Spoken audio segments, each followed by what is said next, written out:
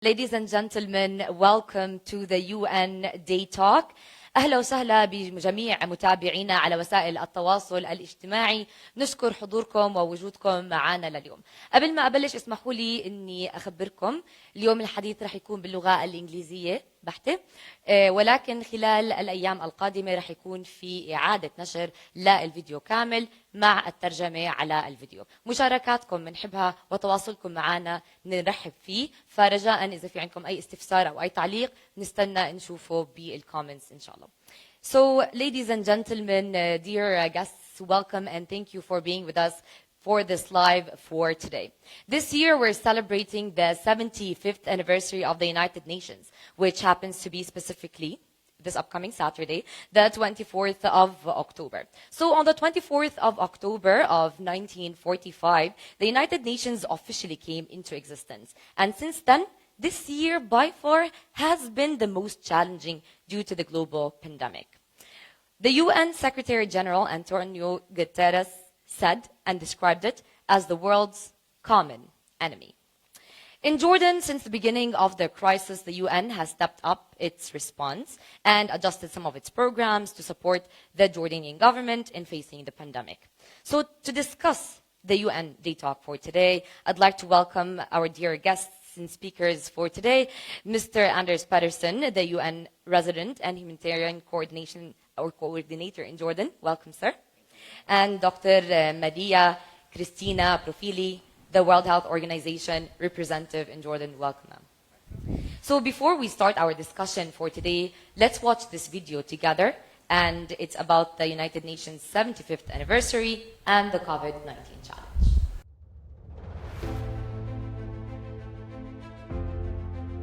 We're celebrating the 75th anniversary of the United Nations at an unprecedented time. This should be a time for joy, a time for celebration. But the reality is, COVID-19 has changed the life for all of us, erasing almost decades of human development. At this time, the United Nations stand by the government and all people living in the kingdom, supporting our efforts in three different ways. Firstly, by responding to the immediate health needs. Secondly, to ensure that the most vulnerable people living in Jordan, including the refugees, will continuously receive life-saving support. And thirdly, as of day one, to ensure that we look beyond the health dimensions of the crisis into the socioeconomic impact of the pandemic. Agenda 2030 and the SDGs provide a blueprint for beating poverty and hunger, ensuring a society built on gender equality, for realizing education and health for all, and much more. At a time of great uncertainty, the SDGs show the way forward to recover better from COVID-19. For all people to live on a healthy and safe planet. When the public appetite for change is matched with political will and wise policy decisions, change is unstoppable. We are in this together, and we're going to get out of this better together.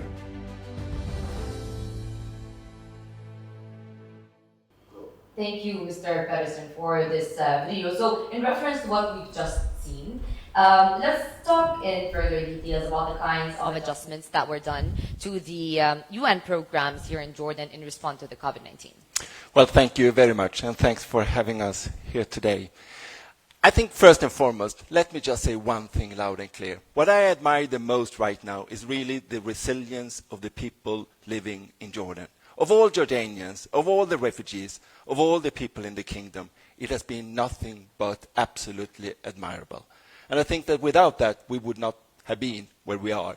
And let's face it again, even though we are in a very difficult situation of the pandemic right now in Jordan, with exponential growth, with community transmission, I'm still very happy to be in Jordan. It is one of the safest places to be. We're glad to hear that. Thank you, sir. Now, as far as the UN, we are part of a large and huge international community in Jordan. And I think that one of the striking features of the response in Jordan has really been how we have come together as partners to the government and to the people. And of course, within this, the United Nations, we are playing our part. So we have very significantly tried to adjust our programs to precisely the challenges that we are seeing. And as I said in the video, we do this along those three lines. I mean, it's health, it's supporting the life-saving activities that we continuously do, but it's also about looking beyond what is just in front of us, really looking into the medium to long-term impact of the crisis. And that's maybe one of the biggest challenges that we have right now. 100%. If you'd allow me, I'd like to move to Dr. Maria. And let's talk about the World Health Organization's support to the government here in Jordan in response to the COVID-19, of course, health-wise. Thank you very much for your question. Actually, from the day one of the declaration of pandemic, actually even before official declaration of pandemic, we have been working with the government of Jordan, particularly with the Ministry of Health, and actually sitting together as a member of the National Epidemic Committee, as a member observer, and in endurance to face this response to the pandemic. We were able really to adapt more the 100 guidance that has been provided WHO to the local context and to see how the government could provide the best guidance for technical response to the COVID. We also work together, and this guidance helped also the government to put together a national pandemic preventive response plan, which is containing 9 major public health pillars against which the government take action for response to the COVID. Our support also is facilitate the Jordan to enter the global commitment, global movement, for example, the last one, to apply to the COVAX vaccine with hope that in the near future we will have a vaccine for the country. This is one thing we definitely hope for, and hopefully it's near future, yeah? We hope so. We hope so. So, Mr. Anders, if one talk about the impact of the crisis on the most vulnerable groups here in Jordan, how is it looking and how hard did it hit them? Hard, I think, is the very simple answer to that question. And I think that's maybe one of the biggest challenges that we have right now, as I said just before. I think that as a community, as a government, and all of us together, we're being able to respond very successfully to the health impact of the crisis. And in that regard, I'm quite comfortable by the way we are really trying to match the challenges we have in that regard. But what's coming now is, of course, the socioeconomic impact of the crisis, of the pandemic. Yeah. And this is where we have to watch out. So just two areas which I think is striking in this regard. One thing is, of course, the impact on children. And if you look at children's learning opportunities. And I think that all over the world, we are challenging and we are trying to cope with on the one hand, keeping schools open and safe, and on the other hand, the necessity to close. Right. And as the United Nations, we have then come forward trying to provide the government with very clear advice on how you may be able to keep them open versus closing in a safe way. And I think that's really the technical advisory role of the United Nations that we should be providing. But another side of it is, of course, if you look at something like gender-based violence, domestic violence, we know from the surveys that we're doing that it has increased with more than 30%. More than 30% women at home are now the subject of domestic violence. And it goes without saying, this is a huge concern.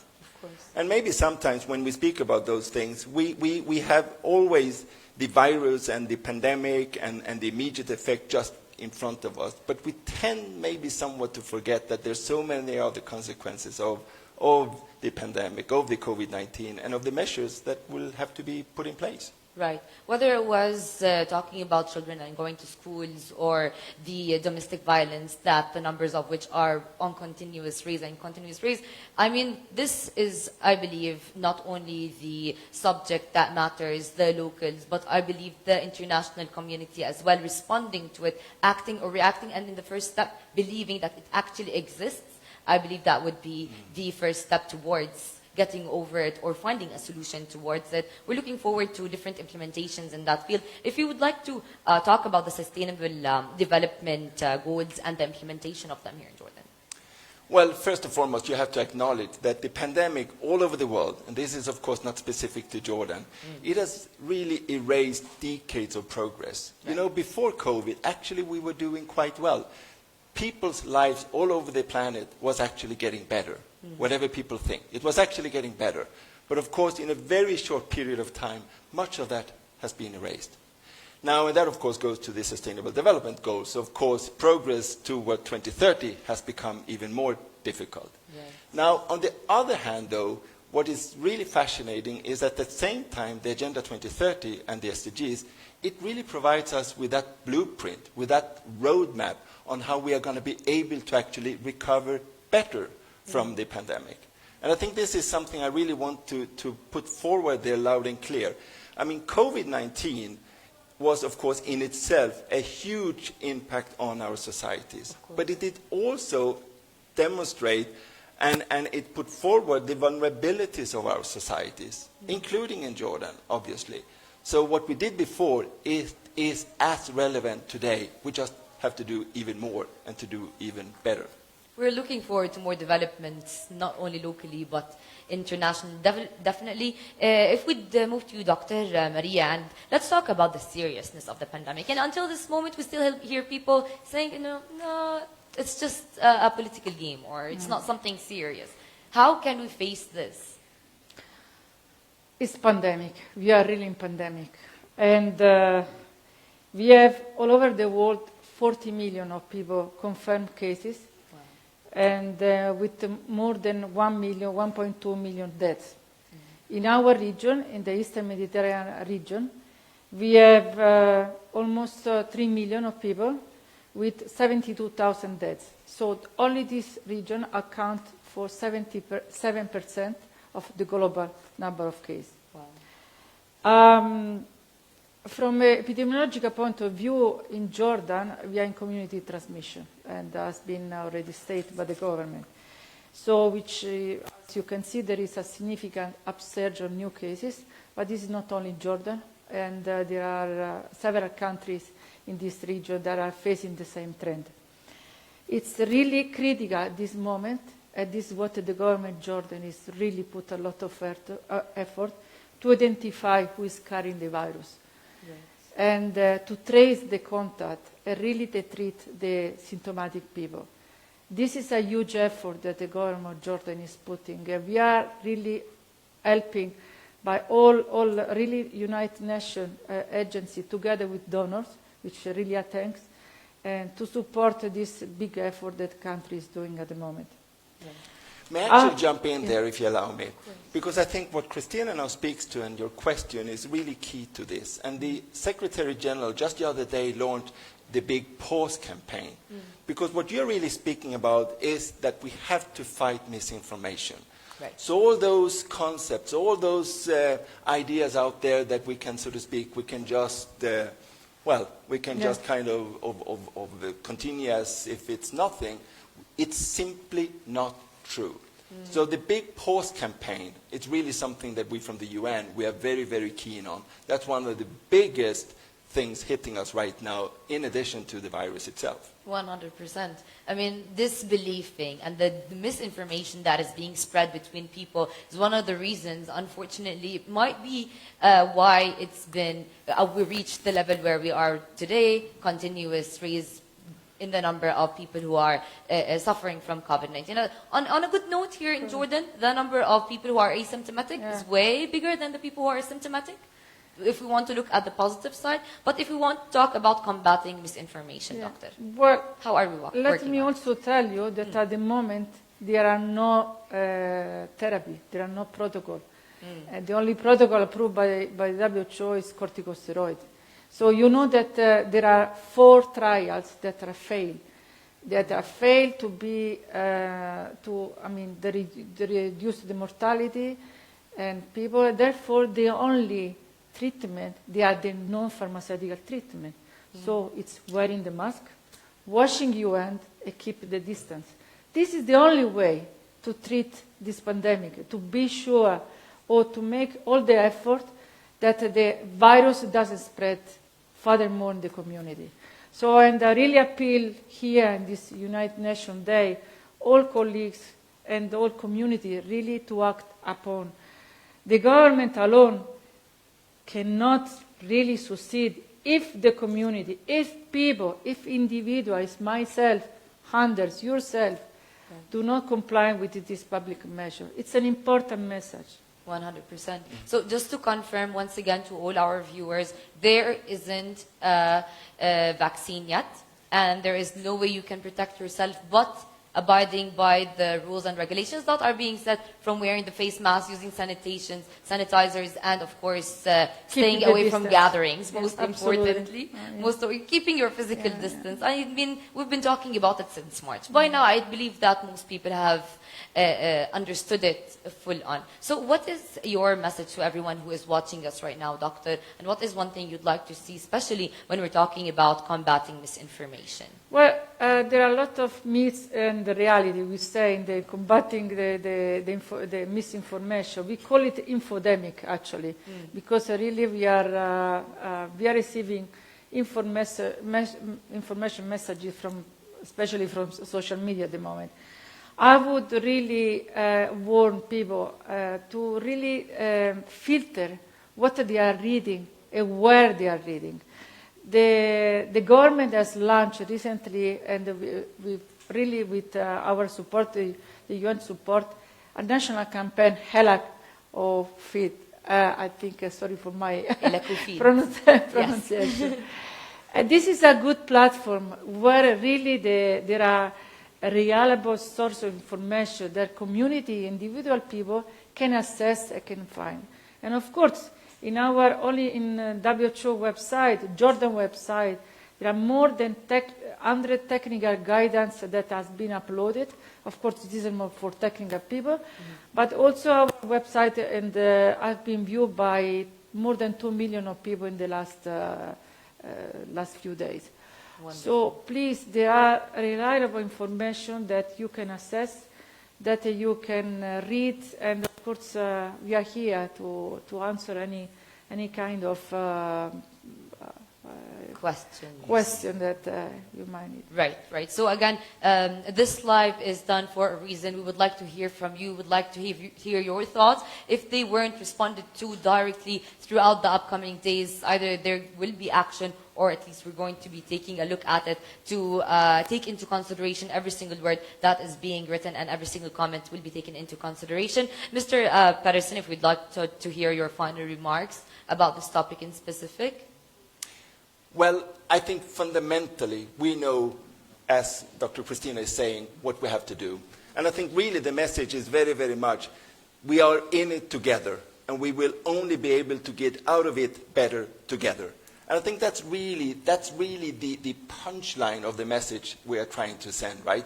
We can fight it back, and we can actually get out of this better than we went into it. And that requires that all of us come together in solidarity, and particularly with the most vulnerable people living in the kingdom. 100%. It's a pandemic that has hit the world. And us as Jordanians, or every single person who's living in the Hashemite kingdom of Jordan, we do have a huge responsibility. We have the ability to support. And we always say in those hard moments and hard times, this is where we'd like to see all of it happening to every single person who has the ability to help and support, even with ideas, even with thoughts that can create a change in the community. That is definitely something we'd like to see. Doctor, would you like to add anything else? Yes, just a key message. The virus is traveling with human mobility. So it's really our individual responsibility, and it's our individual behavioral change is critical to fight this pandemic. Please. Right. So, since we have a bit more time, let's go in deeper vision of what to expect during the upcoming days, whether it was health-wise, if people don't abide by the rules and regulations that are set. And as you mentioned, Doctor, we're talking about the basics, keeping our distance, using hand sanitizers, not going to gatherings, wearing your face masks, gloves if necessary. If people don't abide by those, what are we looking at? WHO has been supporting the government and has been to work around the modeling of pandemic. Of course, this is not it's not the last solution that, but it's a give a prediction if you can adopt some measures how the pandemic is flow. And I think the government has been adopting some of these measures to act upon and to decide which are the measures to take it in a stepwise approach. Right. Right, so there are different approaches that are going to be taken, that are going to be looked at, and those approaches are going to be tested over the days, and then we're going to realize what works best. And I believe it's different from one country to another, from one community to another, and the understanding and the reflection of parents and students, teachers, and every single person in this community that we're in. There are basically the measure to flatten the curve, but also to sustain the system. So this is, it's both sides. We flatten the curve, but we have to be sure that the system is responding. So it's two sides. And each country in this world is facing really a big challenge. And really we have to work as one UN, as one community, as one government, as one. Really. The solidarity is a must in fighting this pandemic. And Mr. Pedersen, when we're talking about the different programs that were changed, or I won't say altered around the COVID-19 pandemic, how is the response of the local community? And we're going to be talking in further details about your visits and the different meetings that were done online. How did you see the reaction of people and their, let's say, psychological status of how much the pandemic has changed our lives at this moment? Well, I mean, it's very fundamental. This is changing the life of the most vulnerable in a very fundamental way. Right. And I think those of us that are more privileged, we cannot fully realize this. But as always, when you have something like this, we all affected, but the most vulnerable are affected the most. 100%. So we come back to the same basics on this one, that we have to make sure that we really address most of our attention to those people that are already today and were already before the most vulnerable. And we know who they are in society. We know who they are in Jordan, and we know who they are on the globe. And that's, of course, what we're trying to do. And how is that approach going to happen? Well, I mean, that is, again, we have to do it through all the channels we do. We, as members of an international community, I think we have been very, very clear in where we put our focus. No question about that. But the government as well. I think I want to commend them for the way they have expanded their social safety nets, the way that we can now reach out to more people. There's more funding coming into these systems, and we're scaling up, and we've done so since March, April, on the opportunities to actually reach more people. And there are multiple examples of this. So one of the, I wouldn't call it the beauties, that's a little bit difficult to say when we speak about the pandemic, but to see how that, if we may want to call that solidarity or that working together culture between all spheres of society today in Jordan has really been able to respond much, much more effectively. I think that's one of the big takeaway success stories. Really, really. And when we're talking about the reaction of the local community, it's, as I mentioned a few minutes ago, it's what we see happen during the hard times that gives us hope to a better future. We've been seeing people wanting to donate, wanting to help and support, and this affects not only socially but also mentally, raising our kids with the concept of helping others, wanting to be part of the community. Our support to the community doesn't stop at a certain place, and as you mentioned, the government alone won't be able to face the pandemic. Us as people, once we go from one place to another, we might be the reason the pandemic is spreading. So there is this responsibility where the local community, the government, and the United Nations different programs that have been in different areas around Jordan are working hand in hand in order to face the pandemic. The solution is eventually with the people. And I think that's what we're saying. It's about moving from knowing what to do to doing what we know to do. And I think that's what we call then behavioral change. Without that, we are not going to be able to win and to fight back the pandemic and the virus. And I think that's really the key message, what we're trying to convey. Right. So in that regard, as I started by saying, my admiration goes to the people and to the resilience of the people in the communities. That's where we should really be looking for inspiration. The rest of us, we are only trying to be there to support. Right. And since you mentioned it, what is the main change that we need to see the soonest in the communities in order to face the pandemic the fastest? It's behavioral changing. It's a lifestyle changes. And I mean, including for starting, I mean, do more. It's a mental and physical also behavioral changes. And of course, the lockdown, stay home, it's not part of human being, you know, let's be honest. But it's a part of the measure that we have now at the moment. As I said, there are no treatment that can cure this disease. So these are the so-called non-drugs, non-pharmaceutical intervention that we can do quite easily. I mean, with a bit sacrifice, but we can do. And for example, stay healthy in terms of try to move, try to walk, try to eat in a healthy way, drinking. I mean, try to.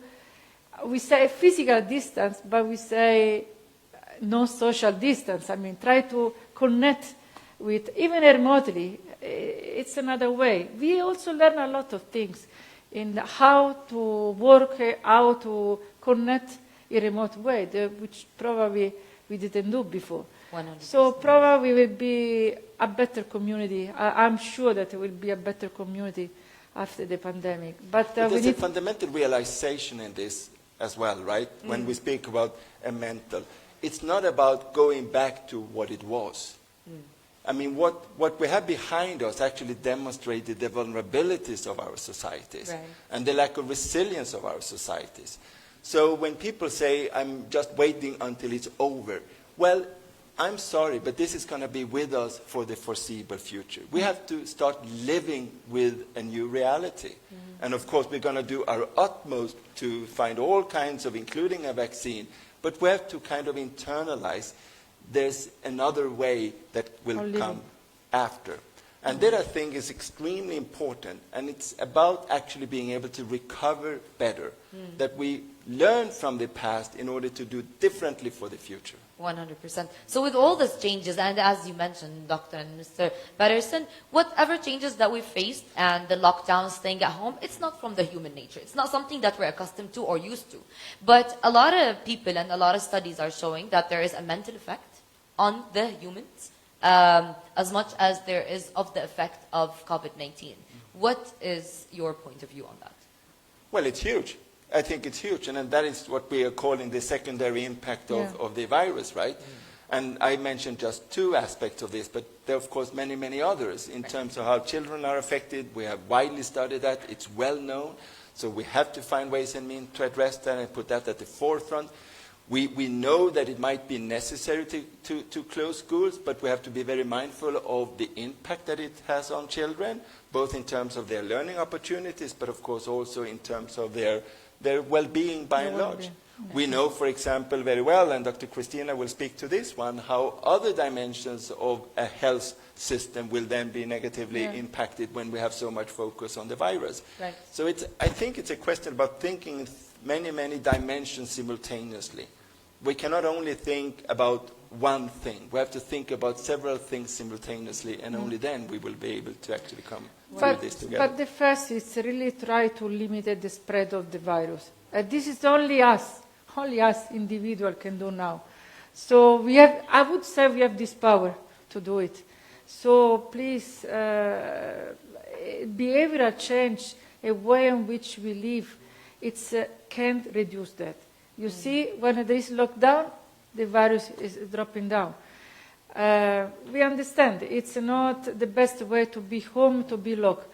But we need to limit it, or we need to be extremely careful. So keep the distance.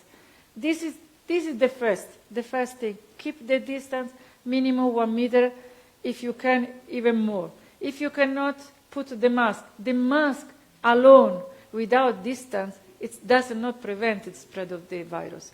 I want to really clarify. It's not that you put the mask and you are exempt. So you have to put a mask and keep a distance. Right. It's all together. And if you cannot keep distance, you have to wear the mask, but really try to be careful. And the other one, washing your hand regularly. Right. Washing properly your hand regularly.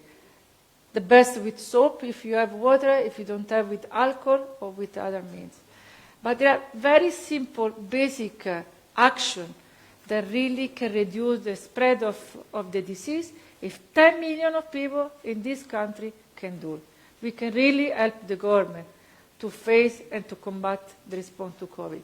Right. In general, when we're talking about the Arab community, we're people who like to be invited, we like to invite people over, we like weddings, big celebrations, visiting people, staying connected to everyone.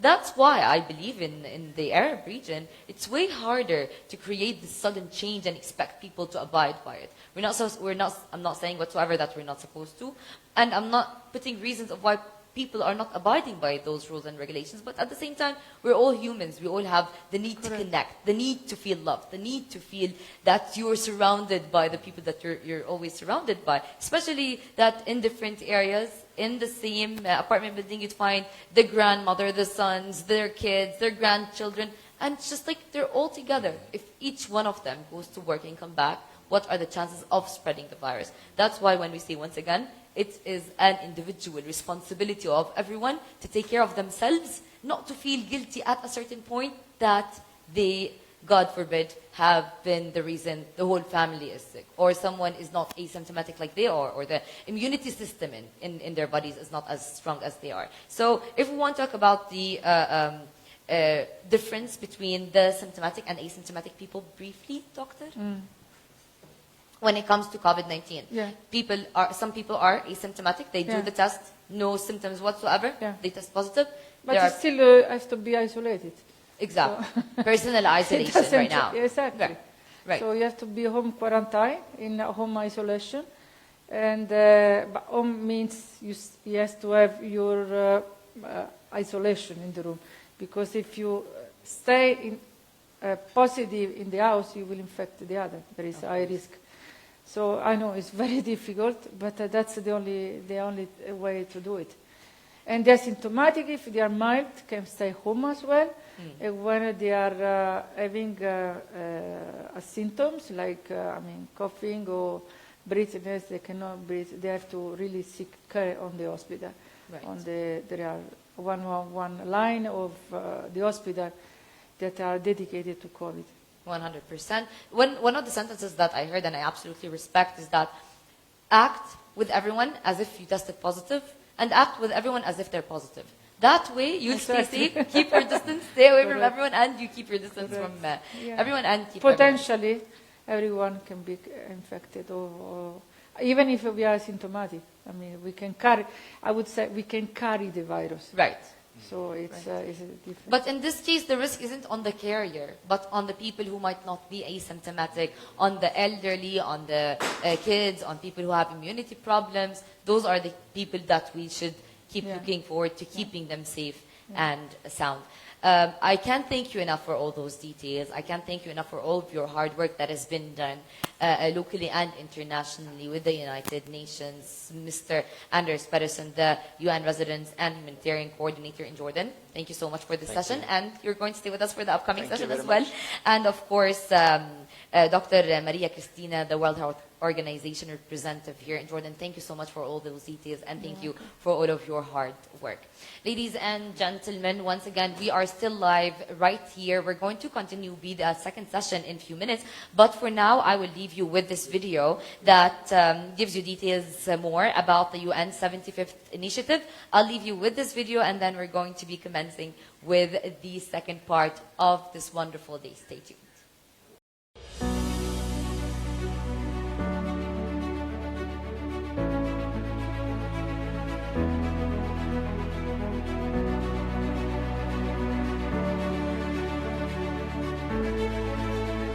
احنا اليوم بمركز شابات السلط كجزء من مبادرة UN 75. الجولة هاي تتضمن نروح على جمعيات ومراكز شبابية في جميع أنحاء المملكة لنتحاور ونتشاور وناخذ آراء وفيدباك من الأفراد والمجتمع ككل لنقدر نوصل صوت الشباب لقادة العالم. اليو ان 75 هي مبادرة انطلقت بمناسبة تأسيس الأمم المتحدة لمدة 75 سنة، فكان الهدف من هاي المبادرة اللي هي إطلاق حوار عالمي بسنة 2020 نسمع فيها من كل فئات المجتمع ومن الشباب شو هم المشاكل اللي بتواجههم، شو الحلول اللي بدهم إيانا إحنا نوفر لهم إياها.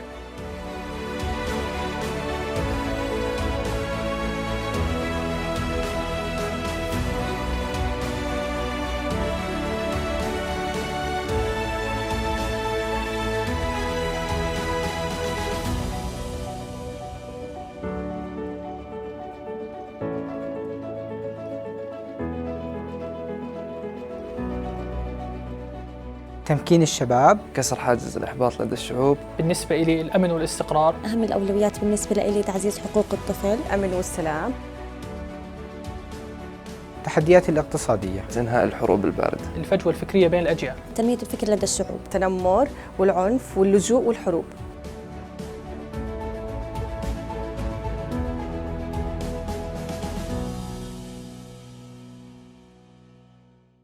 Once again, ladies and gentlemen, welcome to the second part of today's wonderful event. For today, we are discussing very important topics that have to do with the pandemic, the UN's response to it, and of course, the 75th initiative. I'm going to be giving you further details about all of that, but once again, allow me to send a brief message in Arabic لكل الأشخاص المتحدثين باللغة العربية وغير المتحدثين باللغة الإنجليزية. أسفين إنه إحنا مو قادرين نكون في عندنا ترجمة مباشرة، ولكن مثل ما بتعرفوا على الفيسبوك لايف صعب كتير نقدم لكم الترجمة المباشرة، ولكن راح يتم إعادة بث هذا اللايف مرة ثانية مع الترجمة باللغة العربية حتى تقدر الرسالة توصل لكل المتابعين. وشكرا على تفهمكم. مرة ثانية كل المسجز اللي انتم بتحبوا توصلوا لنا إياها، كل المعلومات اللي بتحبوا انها توصل لليو ان، احنا مستعدين ان نقراها، بس كل عليكم تسووا انكم تبعتوا لنا بدايركت مسج او بامكانكم انكم تشاركونا باي افكار، اراء او تعليقات عندكم بالكومنتس area. So once again, thank you for being here with us. And in our session, a second session in specific for today, we are highlighting the UN 75th initiative. So it was launched with the beginning of 2020 by the UN Secretary General, and the reason the UN 75 initiative was launched was to listen to people, hear about their challenges, understand their needs and priorities, and of course, how the UN can support. So last month there was this report that was released with the global results of the survey, with the UN 75 initiative. Many people worldwide were sharing the survey and a lot of people have participated in it. Before we started our discussion for today, allow me to give you a brief of how it looked like and the indicators of the survey here in Jordan. If we're talking about the top indicators for Jordan, people and what the people are looking forward to during the upcoming 25 years, we're talking about more respect for human rights, less conflict, and more employment opportunities. And I believe these are the three basic things that we continuously call for here as Jordanian Youth. So without any further ado, allow me to welcome our guests and speakers for the second session for today. Ms. Leila Bakr, she's the Regional Director of the UN Development Coordination Office. Ahla wa sahla. Mr. Anders Patterson, the UN Resident and Humanitarian Coordinator in Jordan. Welcome again, Mr. Patterson. And of course, we've got the very young / talented Lana Ghneim, and she's a pharmacist and youth activist, and she's one of the UN 75 volunteers. Ahla wa sahla, Lana. Thank you for being here with us. So if you'd allow me, I'd like to start with you, Ms. Lana, and let's talk about the regional, the initiative that we're talking about, UN 75. Its importance was amazing. Since the beginning of the year, it was launched. No one was expecting the pandemic to hit the world, yet it did. But still, there are different UN programs that are going to be structured according to the results of the regional and global level. So if you can give us further details about that, please. Sure. Thanks for having me here on the program. It's really a privilege. And maybe I'll start with a little bit about why the initiative and how it differs from the global to the regional level, and then how that's translated to Jordan a tiny bit, but I'll leave the details to my colleagues here, both Anders and Lana. And then I'll answer the last question that you had. Please. when the Secretary General decided to launch this initiative, like you said, he wanted it to be a global dialogue. And the survey was trying to reach out to people who generally don't interact with the UN. And in the beginning, before the pandemic, we saw that many of the survey results were actually from the people that we know, our youth networks, our partners, the people who have the most contact with the UN. But what I'm really pleased with is that as the year went on and the initiatives from all of our country offices that are headed like people like Anders as the resident coordinators across the region, they encouraged and reached out, even offline, to many of the people who would not normally have an engagement with the UN. And these are as important, if not more important, than reaching out to our partners. And here we saw that there was a slight difference in the dialogue and in the immediate priorities between what the Secretary General had thought would be the global priorities: climate change, the environment, health initiatives. You can see that in the region, conflict weighs heavy on us. And that's normal. You can see it in our everyday life. And whether that's during the pandemic or before it, people want an end to the conflict. They want peace. They want security. And that translates very well to the other two priorities that you raised, in particular jobs. And I think that as we go on, you asked me about how that would translate later on into the year. This is an ongoing dialogue. I think the Secretary General's wish and what we would like to continue with is how do we ensure that we listen carefully to the people that we serve? As the United Nations, our programs are meaningless if the people that we serve don't understand us, don't engage with us, don't give us feedback. Right. And I think this has been a really good reality check for us on two fronts. One, to make for sure that we have the activities embedded in our programs, but two, that we also widen the scope of the people that we work with. So that's primarily what we'll be doing next year. That's wonderful. So if you'd allow me, I'd like to move on to Lana. You're very young, Lana. You're a pharmacist, you're a youth activist, and you're one of the volunteers who are part of the UN 75 initiative. First of all, as a youth, Jordanian youth, I want you to tell us about your experience in general in the world of youth activism, and then let's talk about the UN 75 initiative. Okay, sure. So I started volunteering ever since I was in university. I was a part of many different initiatives, mostly international initiatives, such as Isaac, He for She, Health Prize. Currently, I'm with He for She as the head of universities tour. And during these past couple of months, I had the honor of being part of the UN 75 volunteer group. So with the UN 75 volunteer group, it was an open youth space. And we had like all of the opportunities to implement all of the ideas that we came up with. So first of all, me and my colleague Ibrahim Kullab, we came up with the idea of launching the UN 75 dialogue.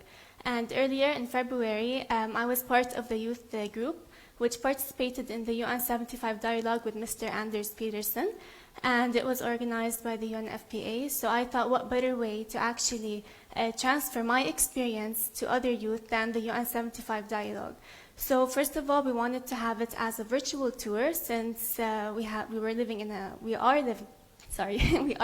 a pandemic. So we had our first session online with He for She volunteers.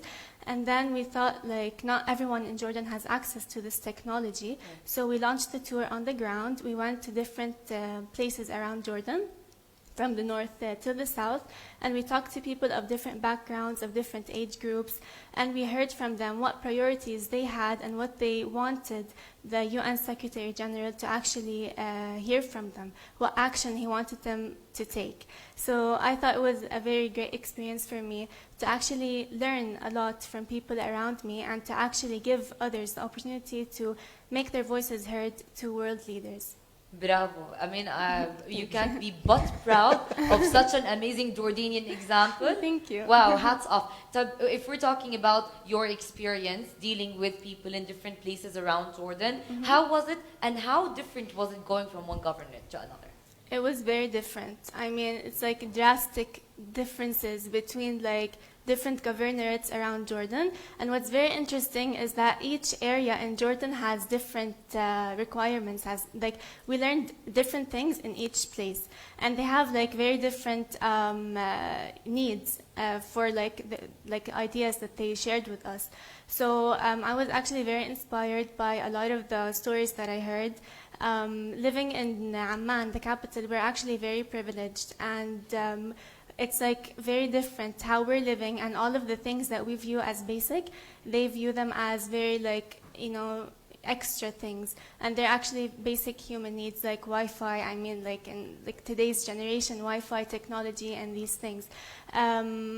Like there were like negative emotions associated with it because I really wanted to help them, and I didn't like to see that people of such great potential were not given the chances that they deserve and the opportunities that they're supposed to have. That's why my eyes were like really opened to people living outside of Amman, because we don't really see these things from day-to-day basis here. Right. That's why I always like to use my voice to shine attention on these topics and youth living outside of the capital. Well said, Lana. Well said. Bravo. So, Mr. Anders, one, we have a wonderful example of what youth are capable of doing, right? And meeting up with youth in different places around the kingdom has a different effect when they're being heard, when they feel like their voices aren't muted anymore.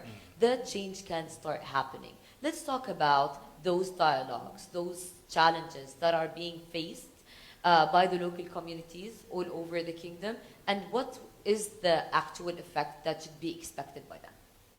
Well, I think we have the most brilliant example of what we want to achieve, isn't it? I mean, what Lana says, I wish I could say it as well as she does, because that's, of course, precisely the same words that I would like to use.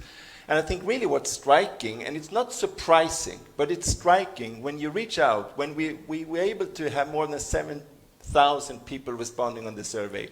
I did multiple outreach myself and small circles, and Lana was referring to one of the many that we've done in that regard. But what really I bring with me from this one is really the engagement by young people in particular, right? The willingness of young people to engage and the ability of young people to engage. And I think that word of participation comes very much to the forefront. We have to be able to give them spaces for real impact and real participation.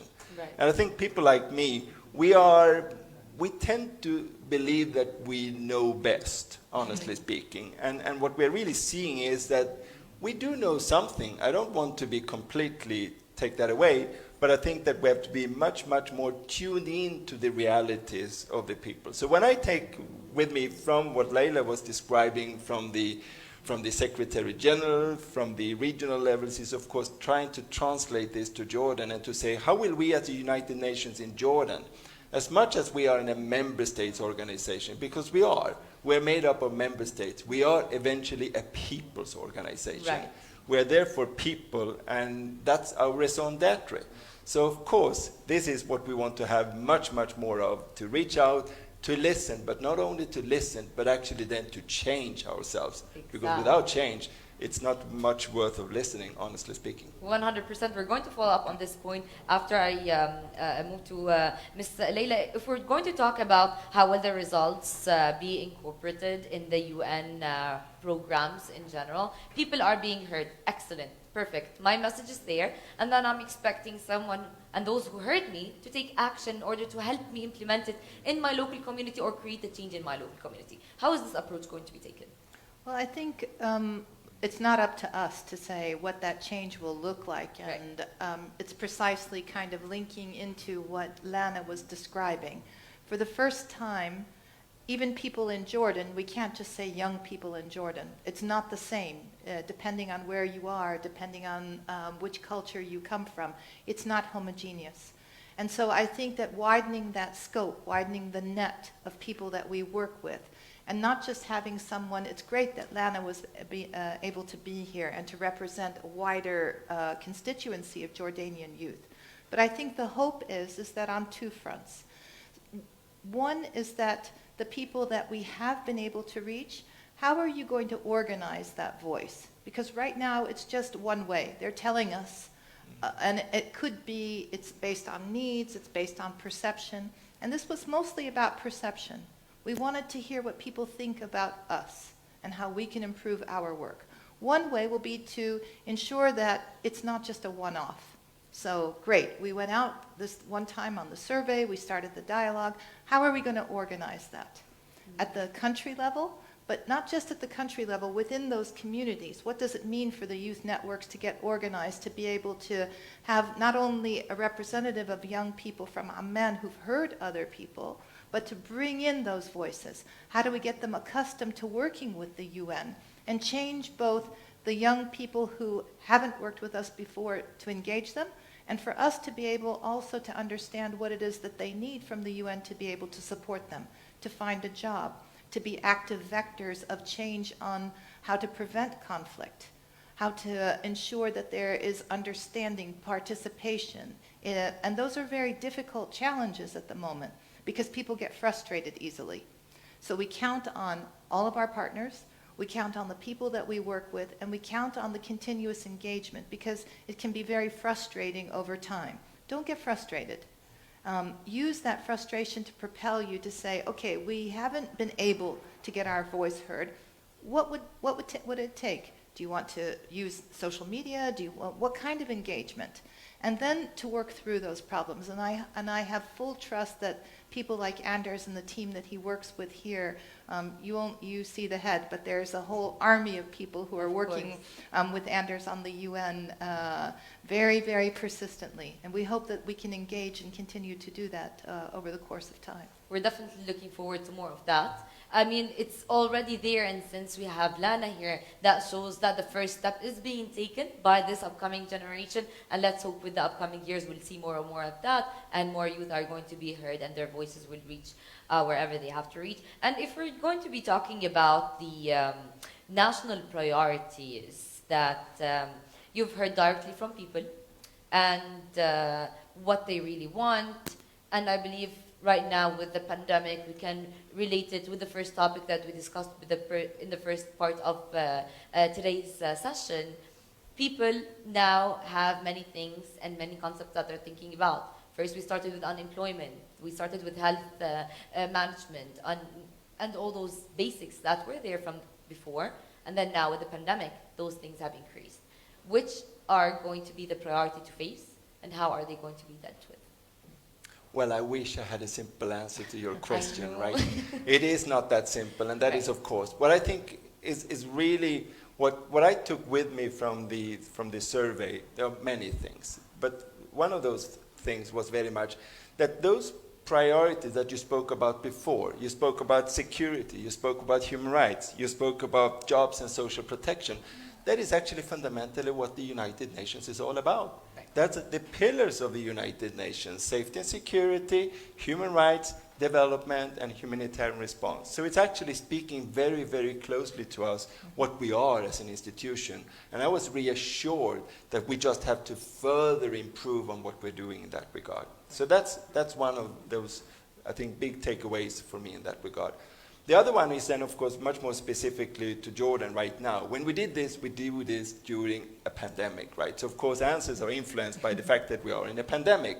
So first comes health. People are really very, very keen to have access to healthcare. But I think we can broaden that. It's about access to basic services. That's actually what people expect from their government and from international institutions such as ours, that we can really respond to this.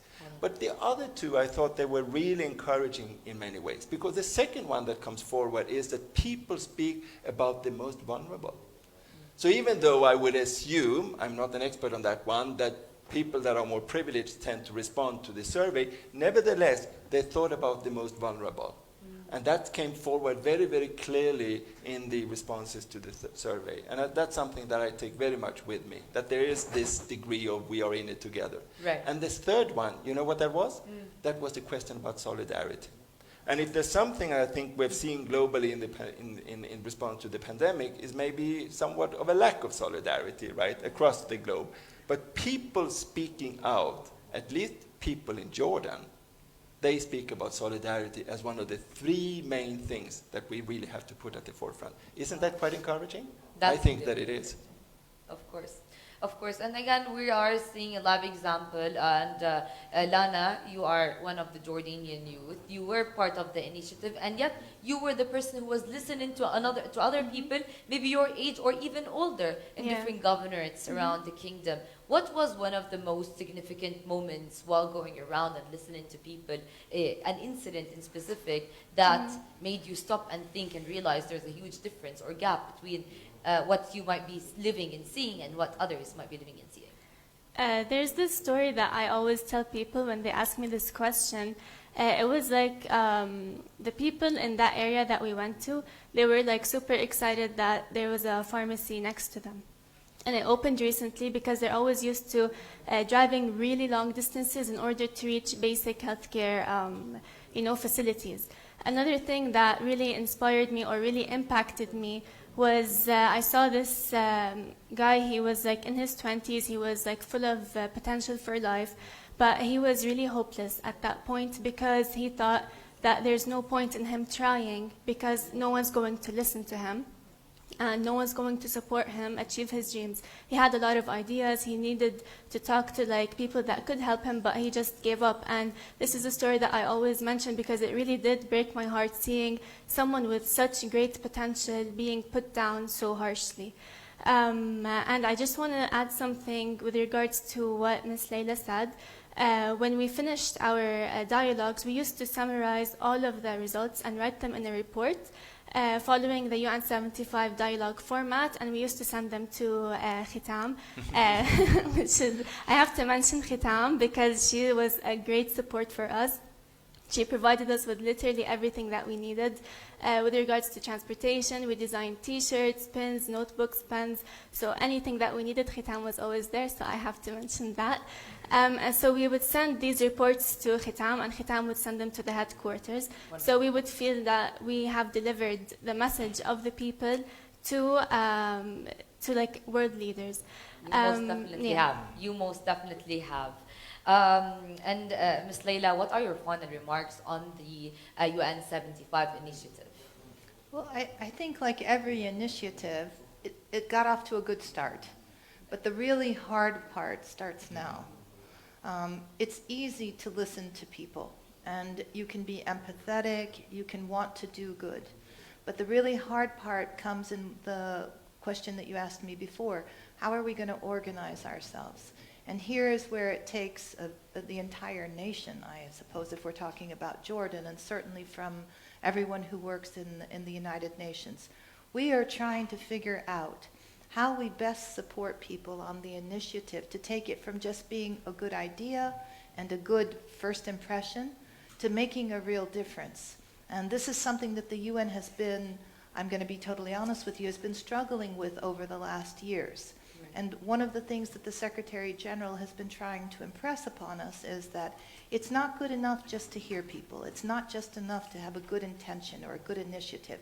You've got to really dig deep and figure out how you're going to support the countries on their own ambitions. And I love that you said that there were a lot of people who had ambition, who had a lot of potential.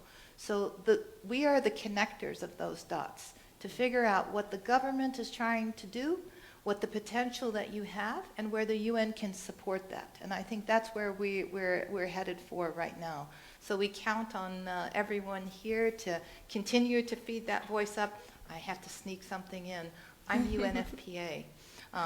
That I've been with them for 20 years, so I was really happy to hear that it was UNFPA. This is becoming self-promotion. Hey. Well, a little bit. So we really count on that. This has been a close look at us to see how we can better partner with everyone on the ground and do our job better. 100%. And Mr. Patterson, your final remarks on the 75th UN 7. Well, now my work starts, in a way, right? She has produced a report. The report has gone to a colleague of mine. She will put that report on my desk, right? Now I will have to make sure that we can act on this one so that we don't come back as a disappointment to those people that actually have gone out of their way to secure that we get the voices. Voices, as Layla says, it's absolutely critical. Participation is critical, but it's not enough. It's change that is necessary. And you know what? What was so inspiring with all those dialogues that I had myself, with all those roundtables, is that, yes, first, people will respond to what are their priorities, what do they think is most important, but you know what? They spoke as much about opportunities. That the opportunities they saw today on how they can actually contribute and what can actually then promote change.